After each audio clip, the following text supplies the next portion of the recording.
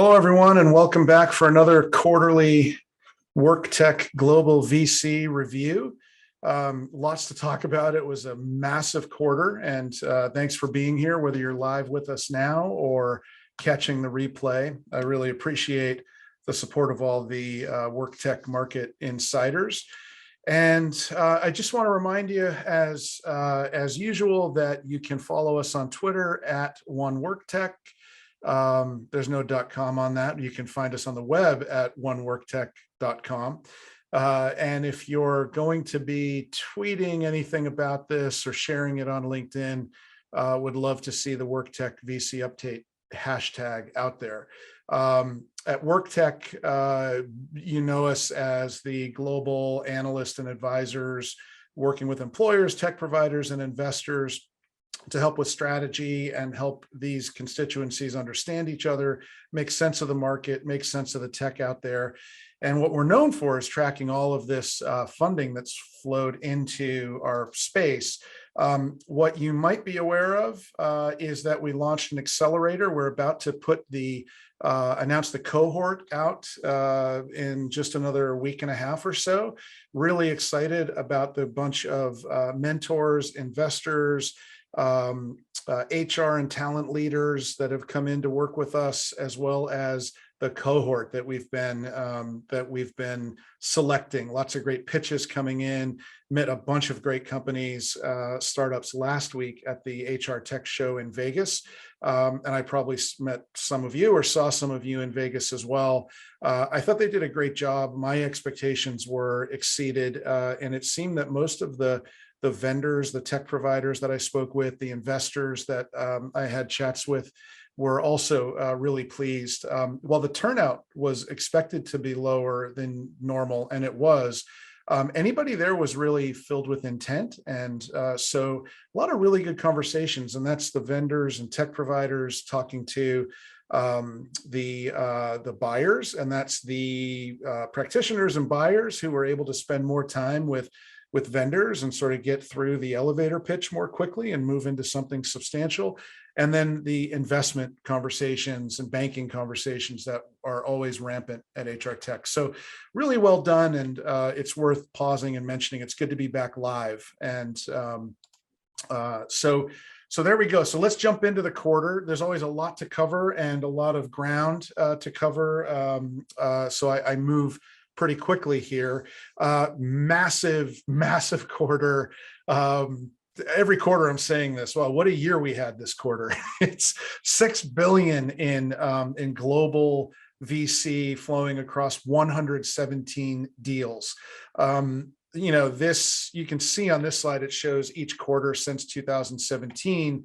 And it really puts the quarter in context. What I like about this next view I've been staying with is it really puts the year in context. I mean, at 13.7 billion year to date with a quarter left to go across, I'll call it 300 deals, 299 deals. It's just incredible. And it's been, when we started tracking this back in 2016,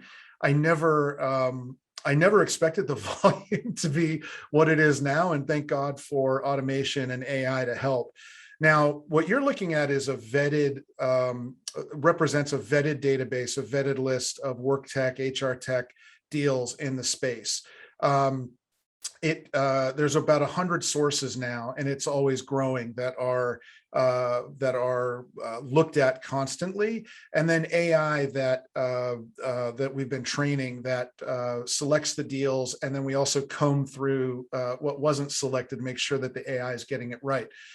So it's getting more and more automated, but the big difference between what we're doing here and what you might find, so for example, you can go out and look at a banker's WorkTech number, and I was looking at one this morning. It was considerably bigger because they include things like payments and operations and areas in the business that we don't really view as work tech.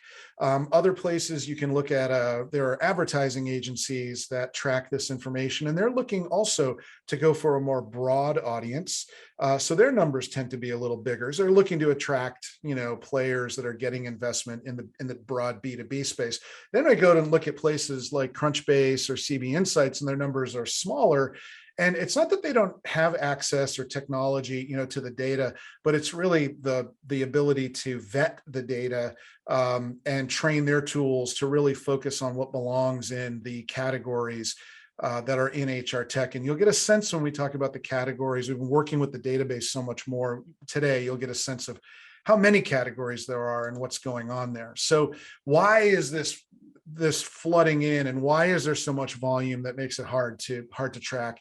That is that there are the same slide I used last quarter. Money remains really cheap, right? So every investor I'm talking to, on the VC side, you've got more angels with more money to spend. You've got more people looking for earlier stage deals.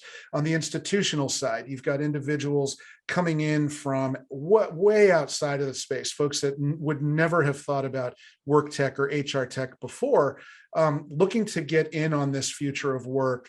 And money's cheap, right? There's a lot of money flowing into every space. It's like water seeping into all the cracks.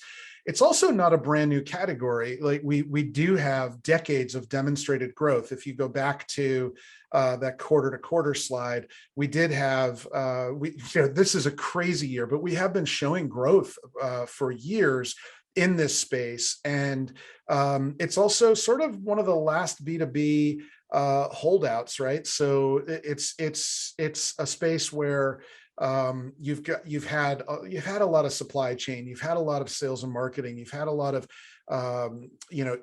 ERP investment, and those categories will always be probably bigger than work tech and HR tech. But the thing is, because the market hasn't been the way it has been the last few years, from an availability of funds and money being cheap, it hasn't been a space where a lot of those big investors outside our area have paid attention. So we're getting some of that now. At the same time, the societal impact of things like the Me Too movement, diversity, equity, inclusion, belonging, mission-driven sort of ESG investment mandates, and what COVID has done in the last, going on 2 years now, with the shift to hybrid work and taking existing trends like the distributed work, remote work, and really shining lights on, existing trends and where there are gaps and where we need to make progress, not just with work tech, but with work.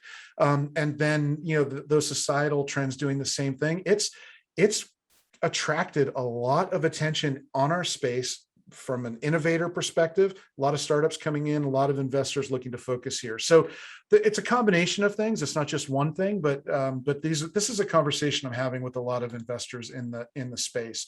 It's also a massive market opportunity. And I want to stop here because we updated this across these 9 or 10 countries last quarter, looking at a total available market, the TAM, at 391 billion, with a SAM, serviceable, at like 120 or something, 120 billion.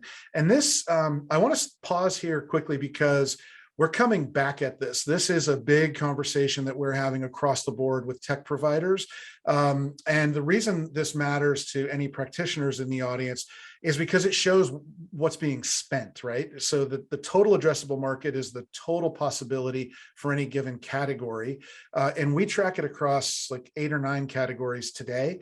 But on the vendor side, the serviceable is showing what's being spent, On the vendor side, it's showing where are the opportunities, right? So on both sides, what are people spending money on? What are they planning to spend money on? Where are the opportunities from the vendor side?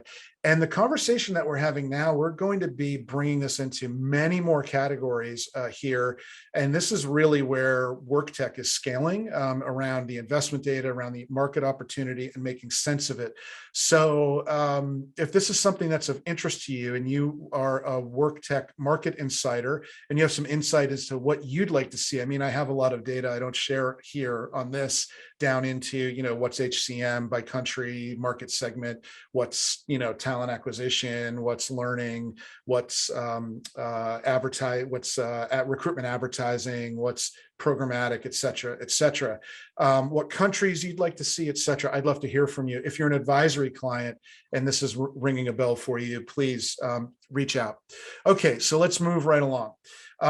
So 2021 Q3, this was talent management's quarter, and this was, in many ways, much of the same trends that through COVID around, learning, core HR, benefits, et cetera. But, classically, talent management is more like, third on this list when I go back over the last 6 or 7 years.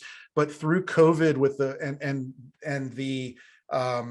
focus on renewed focus on upskilling, reskilling, given the shifts in the job market and demographics in the workplace, talent management in the last couple of quarters has really shined. And we'll talk about the subcategories and what's leading that now. So learning, just, I mean, 1.5 billion went to Articulate last quarter, and it was a Series A. So even if you take that out, you had Eruditus also in learning at 650 billion, but take both of those out and you're still the top two, one of the top two subcategories in the space. But you shouldn't take them out, because, I mean, Articulate was a Series A. I don't know if that was tongue in cheek by them, but they had bootstrapped and never gone out for investment. Very significant learning player, and you're going to see a lot coming from them. I mean, that's not their valuation. That's the money that was raised. And then, you've heard me say it before. I'm going to say it again. Payroll is cool again. The shift to work from anywhere, the shift to hybrid work, whether you're moving across towns, cities, states, provinces, and especially if you're moving across country borders. And in Europe, there's a lot of that's happened. You have implications there, right? The tax implications. So global payroll has been a big deal. At the same time, the work from anywhere thing, if you're looking for a data scientist and you're going to find them around the world in a very remote location, there are implications around compliance that you need to deal with. And investors see that. Innovators have seen that, and we've seen continued growth with Papaya Global, Gusto, Remote, and others.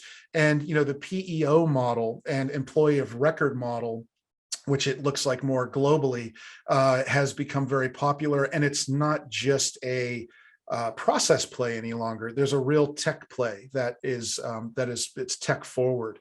So get beyond payroll, job boards, while still overall the top category in WorkTech VC, job board marketplaces, sort of have had a resurgence. So if any subcategory took a hit in the last couple of years or with COVID and implications in the market, it was the marketplace job board category. And but we're seeing that come back. And there was a big deal, a couple of big deals. Andela, which was founded on the principle of helping talent in Africa get skilled and upskilled, and then introducing and presenting that talent, finding them work at major brands globally. So sort of taking part in the upskilling, reskilling trend, taking part in ESG, taking part in, literally underserved global communities,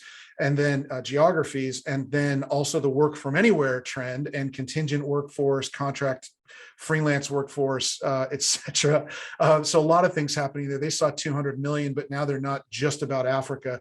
They're about, they're global. They pointed that out in their announcement. Multiverse is another big job board marketplace. And, I've made a point in the report, job board, the term, it's become like a dirty word in our space as though it's just a job board. Most of these marketplaces are doing some really interesting things, and they've been the first. They were the first on vertical specialization. They were the first on matching and AI. They were the first on DE&I. They were the first, so many firsts where they lead because it's a two-sided marketplace. It's the widest part of the talent funnel. And now we're seeing them pull learning into the front end. There's some really interesting deals this past quarter where learning is integrated into, and I keep saying this quarter to quarter, and it's coming to fruition. It's a trend I'm really excited about. Andela represents that. Upskilling, reskilling talent before they're hired. And the investment that you're making as an employer there, or that employers make there, is incredible in building their talent pipeline. So, the rest of the subcategories, I think, you look at benefits and internal mobility, not big surprises. Assessments, if that represents anything, the checker deal there, it's the struggle that employers are having in still taking bias out of decisions and making better decisions. Whether that, and in assessments, I include background checks, credentials, skills tests, et cetera, all of the data points that would be brought into making an assessment. And I think companies still struggle with that. We know they do. So you can get a lot more detail, but we tracked against 29 different subcategories. That was just what we tracked in Q3. There's a much bigger universe of categorization that happens within the database. And that is all available from January 1st or 5th or whatever it started when it went live of 2017 to date, by country, by investor, by round, by amount, by category, by subcategory, and in the database that you can access or have an interface to off of oneworktech.com. Okay, moving forward, let's look at the subcategory view for the year, not just the quarter. And learning, again, this is learning's year, a massive year for learning, and I don't think that's going to change. Learning has always been active, and the way I talk, you'll get the notes here if you grab the presentation, but the learning category is like, it gets turned up on its head like every 7 to 10 years, because it's really the closest, in my opinion, to consumerization. So employees are used to learning in YouTube and used to learning on consumer grade products, used to sharing information and connecting and communicating, collaborating, learning in ways that your old school LMS just does not support. And so we've seen these like learning experience management, learning content management, et cetera, over the years. And now we're in this next wave. It's sort of like the democratization of content across the enterprise for the purpose of learning, external content, LMS content, internal content, contributing to the employee's path, and bridging up into upskilling, reskilling, internal mobility.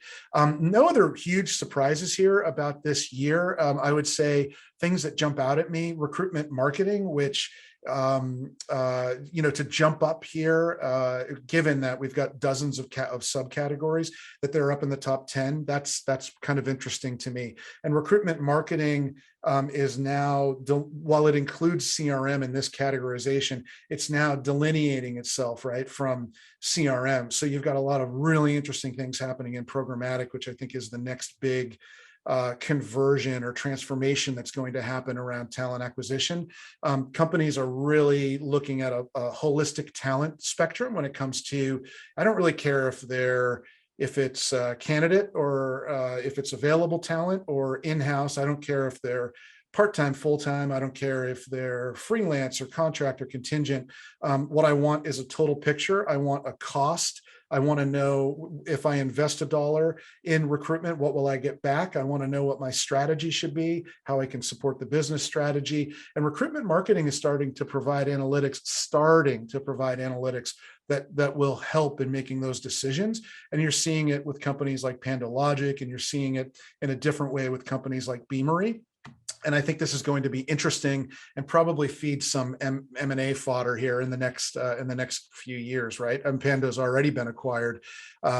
in the last 6 months. So a lot of really interesting things happening across the space. I've touched on a lot of it in previous slides. So again, I'm always available. The biggest deals, again, like to see a 1.5 billion Series A, it's not a typo, is incredible. And when you look at the rest of the deals, they really do align from a category and subcategory perspective with what we talked about. Now, this list is available in the report, and you can sort by category in the same way that I can do here live with the tool that I'm using. So how about those valuations? So we had another 9 unicorns minted just in this past quarter. The thing about you've got to be at $1 billion, right, to be a unicorn. And but like, look at Articulate. They raised their Series A and 1.5 billion on a 3.75 billion valuation. Given how mature they were as a business, as a multiple, that's not crazy, right? If you're raising 1.5 billion, but that's a whole different landscape than what we're used to talking about. Andela is in unicorn world now with a $1.5 billion valuation. We talked about them, the marketplace job board. Apna is another marketplace job board type player that's a little more focused on internal mobility or talent marketplace. Raised 100 million with a $1.1 billion valuation. We talked about Articulate. We talked about Eruditus. Gem. Okay. Gem just last week announced 100 million round C with a $1.2 billion valuation. And unicorns in our space, it's a good thing. It's a good thing to see companies attracting investment. It's a good thing to see multiples like this. And when I'm getting at multiples, I'm not talking about, I was thinking about revenue when I was talking about Articulate, not thinking about the multiple from amount invested. But you've got to look at Gem and think about this is a multiple. This is a crazy multiple. And this is a fairly young company on its journey. It's a CRM player in the talent acquisition space. I've got a lot of pause when I look at that. And if I'm a buyer, I want to dig deep on the financials with a Gem and with where they are as a business today. And we're going to do a whole webcast just on that for you practitioners out there as to how to evaluate a startup, and given how much funding's flowing into the space. And I'm not picking on Gem. This is going to happen in the space. We're going to see especially when the market takes a turn, we're going to see a lot of implosions. We're going to see a lot of acquisitions. We're going to see a lot of companies just we're going to wonder, where are they now? And do like a VH1 special on them. But you're going to see a lot of companies that just couldn't keep up with investor expectations. And the minute the market taps its brakes, I'm not saying it's going to happen soon, but as a buyer, you need to be aware of the risk that you're taking, and we're going to help you all with that. Go1 is internal mobility focused, 200 million raised at $1 billion. You can see all of the data here. To contrast the Gem conversation of Smart Recruiters, who has been building a platform across several market segments in the TA suite and ATS world, had their $110 million raise at a $1.5 billion valuation. Given where they are, it's a really healthy multiple, but given their customer base and their growth, I can't scoff at that, right? That doesn't give me great pause, as some other valuations might. And if you want to know who those are, you know how to reach me if you're on this or watching this recording. So let's look at the last, since 2017, we've tracked over 1,200 deals, 29 billion, most of it coming in the last few years, but 29 billion in the space since 2017. And if anything, it substantiates investor appetite. It substantiates the future of work, substantiates the space being here, innovation happening, and it's an exciting time to be in HR tech. And when we look at not just back to 2017, but sort of from 2017 forward. That's WorkTech data. From 2016 back, that's using public data and reports that were available, and crunching some numbers from a few different primary sources. And you can see the kind of growth. I mean, the last few years have been incredible runs for WorkTech, but this year is just is it an outlier, or is that the trajectory that we're now on? We'll see. It's starting to feel a little bit like 2000, and I'm not going to use the B word, but if you're superstitious, don't blow bubbles with your bubble gum. All right. So that's really all I have for you today. I want to remind you that the interface to the VC database is available for you. Please go take a look at the accelerator if you're an investor, if you're a corporate fund. We do have a lot more total addressable market data, and the value tends to be in the analysis we're providing around the data. So reach out if there's something that you're not seeing or hearing about, because we do go deep with our clients on these topics. And thank you all for your time, and thanks for being here, and I'll be in touch.